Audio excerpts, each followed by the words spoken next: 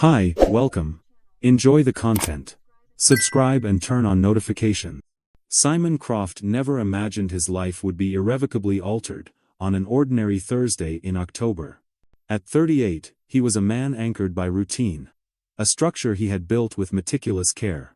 His life was a series of dependable rituals.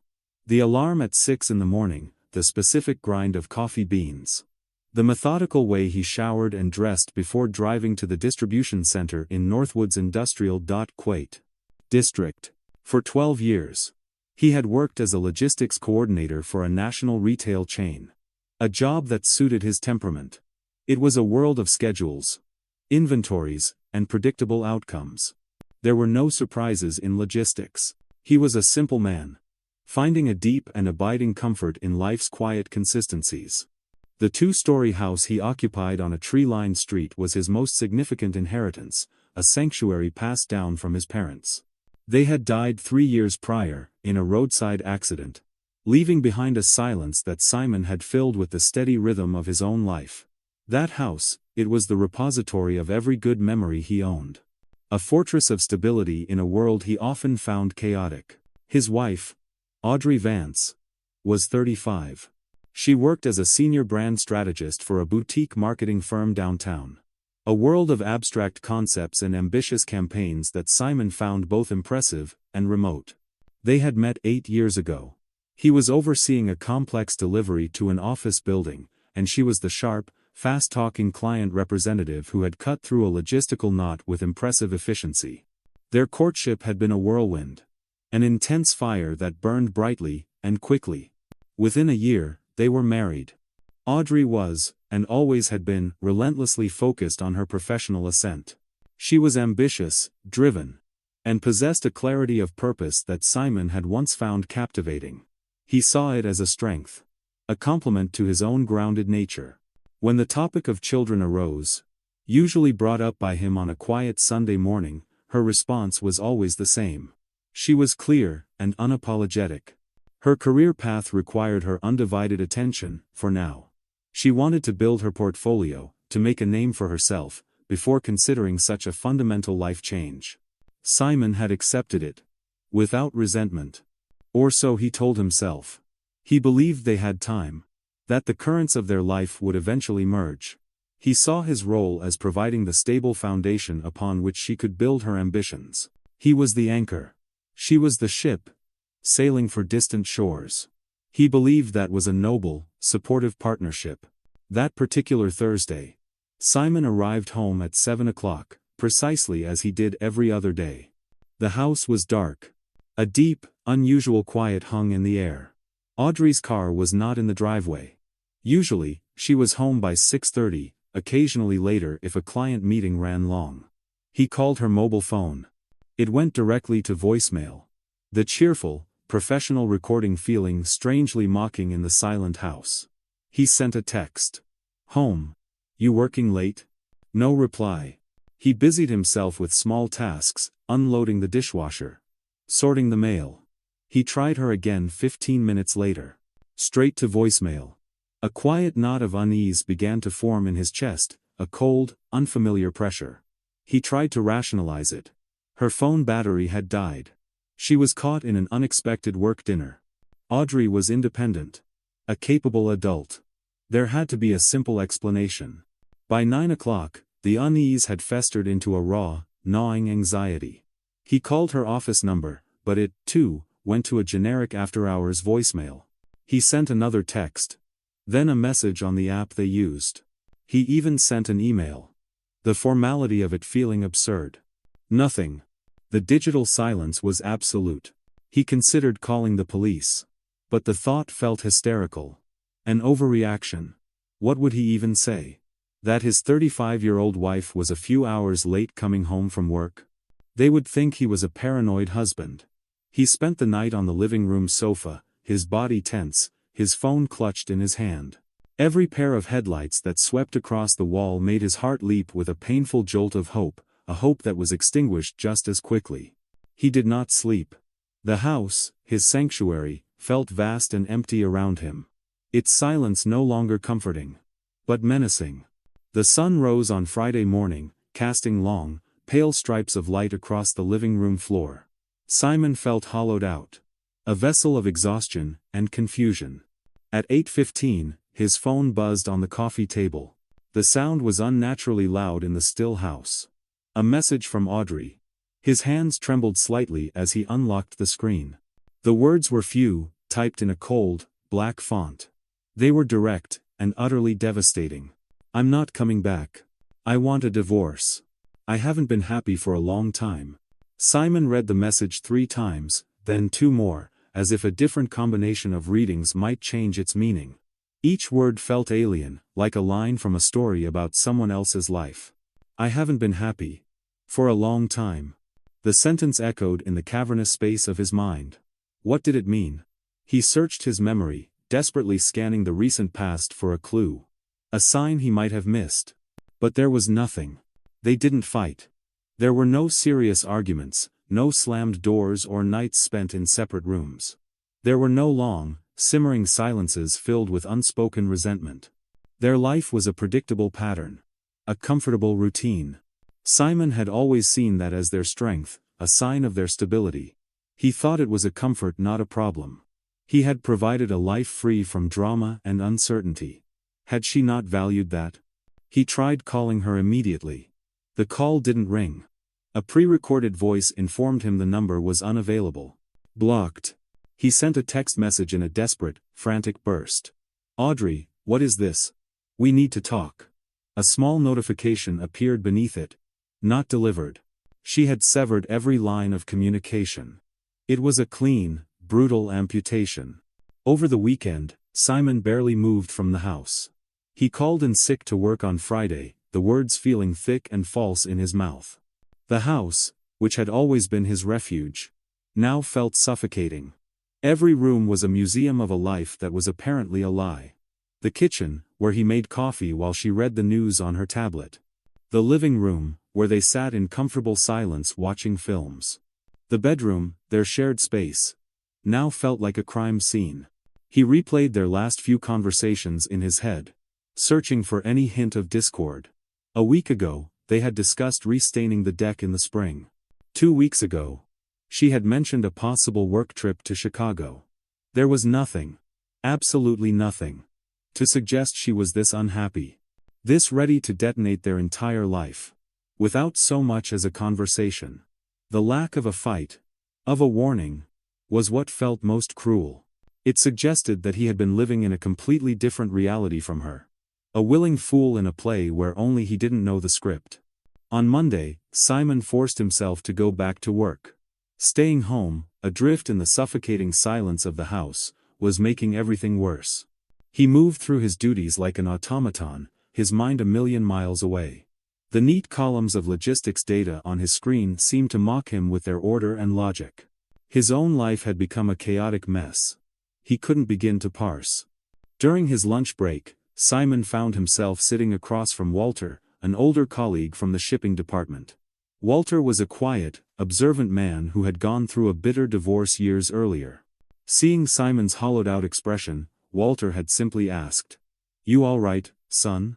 The question broke something open in Simon. He told Walter everything: the silence, the voicemail, the final, devastating text message. He spoke in a low, flat voice.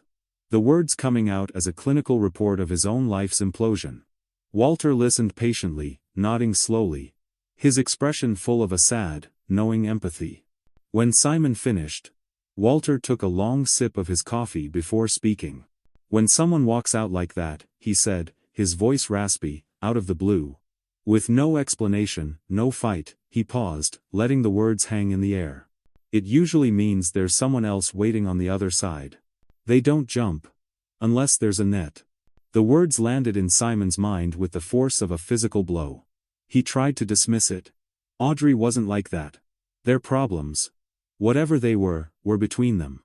But the idea, once planted, began to sprout. Its roots digging into the fertile ground of his confusion and pain. It was a simpler explanation than the alternative that he had failed so completely as a husband that his wife chose to vanish rather than even speak to him. The idea of a third party offered a target for his anguish. A villain for his story. That same afternoon, Walter discreetly slipped him a business card. "This fellow helped me when I was going through my mess," he whispered. "He's discreet. Found out things I needed to know." The card was plain white, with black lettering, "Fletcher Investigations." Discreet. Professional. Results. Simon stared at the card.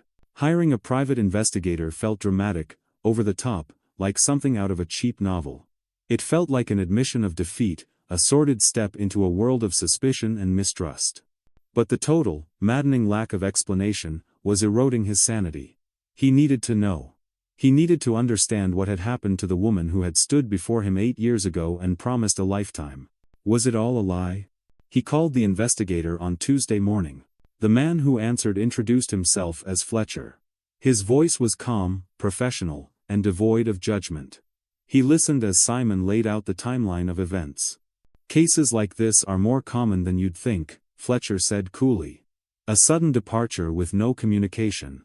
We can typically provide a clear picture within a week to 10 days. Simon hired him on the spot. He provided all the necessary details. Audrey's full name, her company address, her car's license plate number, her known routines. He felt a strange detachment as he relayed the information, as if he were describing a missing person, not his own wife.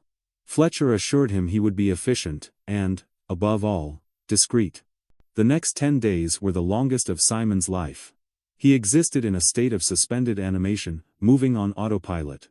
He woke up, went to work, came home, and stared at the ceiling until exhaustion finally dragged him into a shallow, dreamless sleep.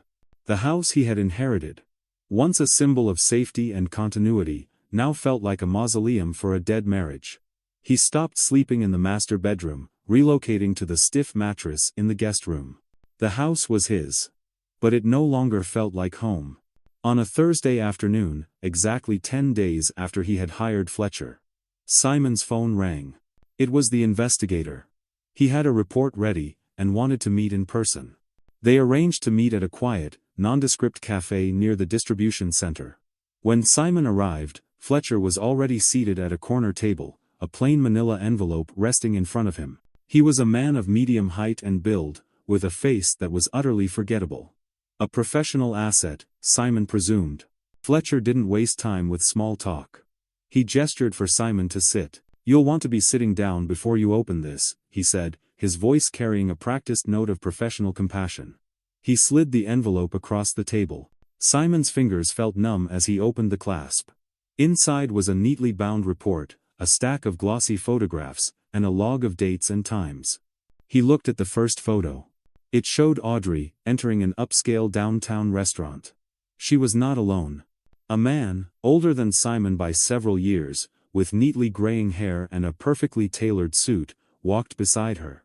His hand rested possessively on the small of her back. The gesture was both casual and deeply intimate. Simon flipped to the next photo. It was Audrey and the same man, leaving a boutique hotel on the other side of town. Then another, taken through a car window, their faces close together, their expressions unguarded. The report identified the man as Dominic Sterling, 45. The managing director of the firm where Audrey worked. Her direct supervisor. The report also noted he was married for 15 years, and was the father of 2 children. The report meticulously listed 8 separate meetings over the past 3 weeks alone, long lunches that stretched for hours, late dinners, and 3 documented entries into hotels in the financial district. The air in the cafe seemed to vanish. Simon felt a strange sensation. Not of shock, but of a deep, destructive validation. It was the feeling that the chaotic pieces of the last 2 weeks had suddenly, horribly, snapped into place. Walter had been right. It wasn't that he had failed. It was that he had been replaced. Fletcher let Simon sit in silence for a few minutes before speaking again. "There's more," he said, sliding a second, smaller envelope across the table. Text messages. Recovered from a cloud backup of her company phone. Their servers retain data for 90 days. I have a contact in their IT department. The messages were explicit. They were filled with future plans, declarations of love, and discussions about the timing of leaving their respective spouses. Simon's eyes scanned a message from Audrey, sent 2 weeks before she disappeared. I can't keep pretending anymore, Dom. I need to be with you. I'm filing for divorce next week. Dominic's reply. Me too, my love. Just a little more time. We will build the life we deserve. The life we deserve. The phrase struck Simon with the force of a physical impact. This whole time, while he was making coffee and planning to restain the deck, she was planning a new life. Built on the wreckage of his. Simon slowly closed the envelope. His hand, he noted with a strange sense of detachment, was perfectly steady now. The initial white-hot pain was being replaced by something colder, sharper, clarity. He looked up at Fletcher and asked a simple question, his voice devoid of emotion. Can you make extra copies of this report? Fletcher nodded, his expression unreadable. How many do you need? Simon thought for a moment. 3, he said. 1 for her company's human resources department. 1 for his wife. And 1 for my lawyer. Fletcher gave a slight, almost imperceptible smile, the kind of expression that suggested he had seen this exact moment of transformation many times before. I can have everything ready by tomorrow morning. Simon thanked him, paid the remaining fee in cash, and left the cafe. For the first time in nearly 2 weeks, the fog of confusion had lifted. In its place, was a singular, chilling purpose. This wouldn't be about revenge, he told himself. It would be about consequences. It would be about justice.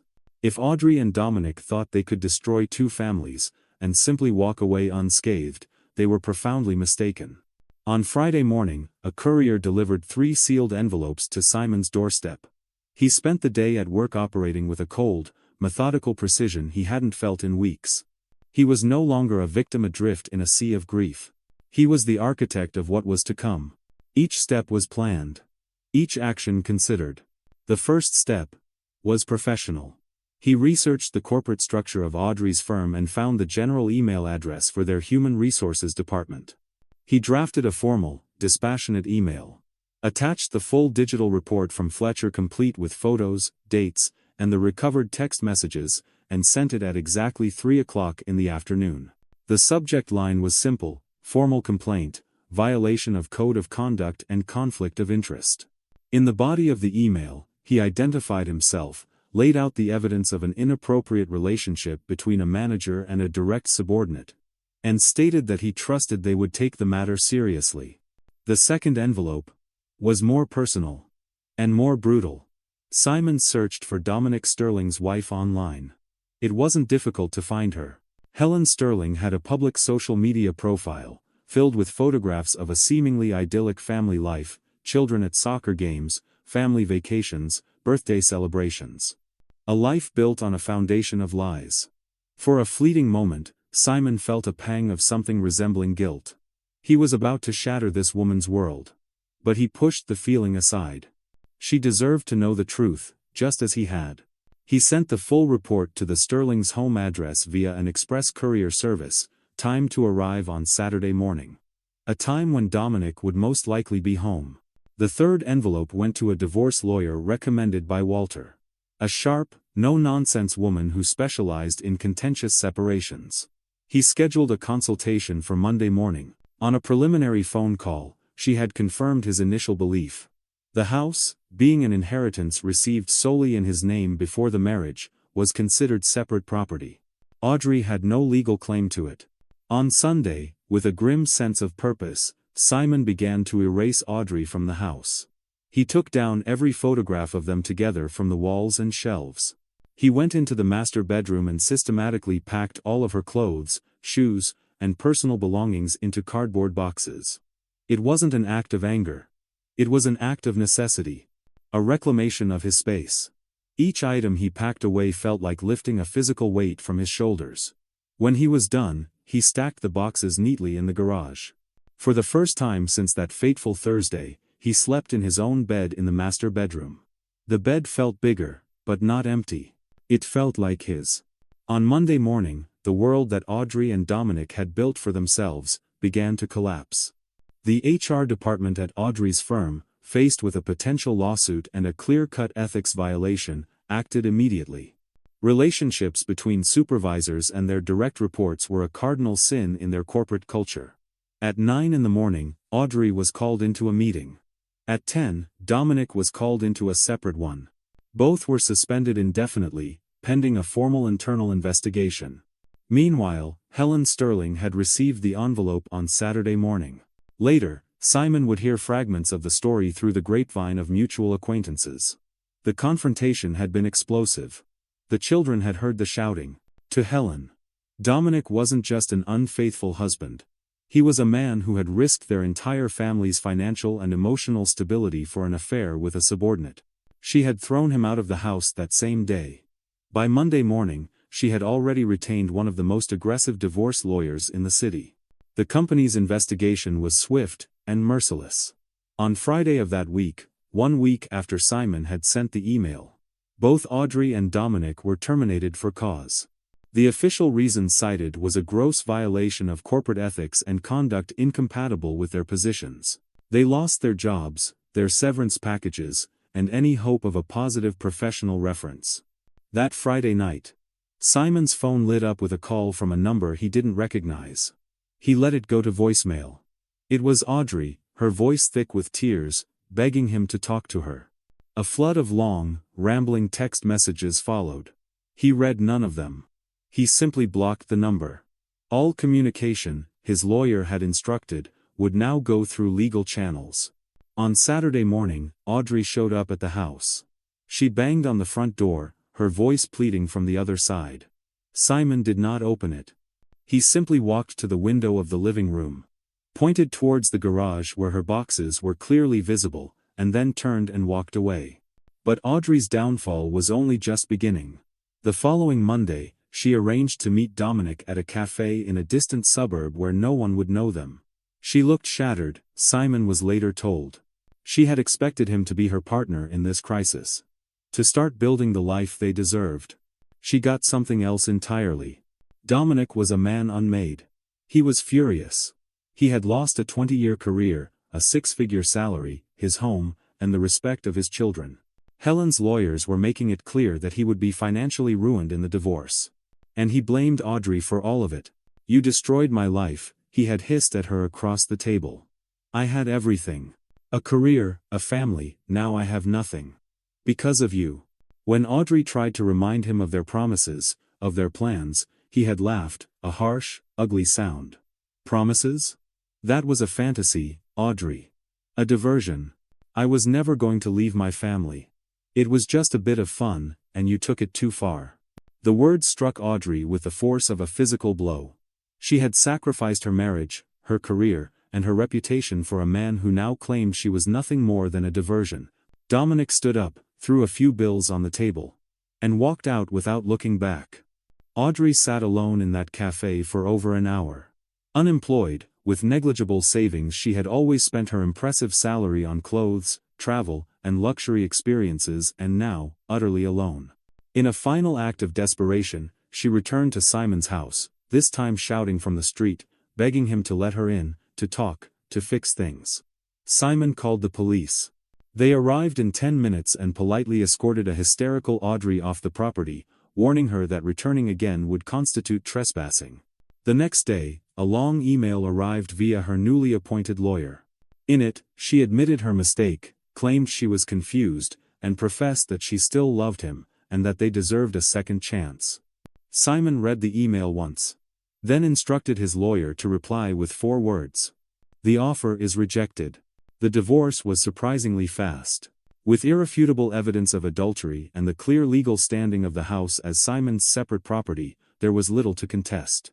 3 months later, it was finalized. Audrey received only her personal belongings and half of their small joint savings account. No alimony, no property. Nothing but the legal dissolution of their 8-year marriage. 6 months after that ordinary Thursday in October, Simon was in his backyard. It was a sunny spring Saturday, and he was planting new rose bushes in the garden his mother had once tended. His phone buzzed. It was a text from a number he had saved but never called, Helen Sterling. "My divorce was finalized yesterday. I thought you should know. Thank you for telling me the truth. I hope you are doing well." Simon smiled faintly. He typed back a reply. "I'm glad to hear it. You and your children deserve better. All the best to you, Helen." He put his phone away and returned to his planting. The house, his parents' house, finally felt like his own again. The shadows of betrayal had receded. He had heard, through mutual acquaintances, that Audrey was struggling to find work in her field, that her reputation was ruined, and that she was living in a small apartment on the far side of the city. But the news reached him like a story about a distant stranger. He finished his work in the garden and went back inside. The house was quiet around him, but it was no longer the suffocating silence of abandonment. It was peace. It was order. It was the sound of a life being rebuilt, brick by brick, on a foundation that was finally, unequivocally, his alone. A quiet kingdom, of his own making. Thank you for watching the video. If you enjoyed it, don't forget to subscribe to the channel and turn on notifications so you won't miss any updates. See you next.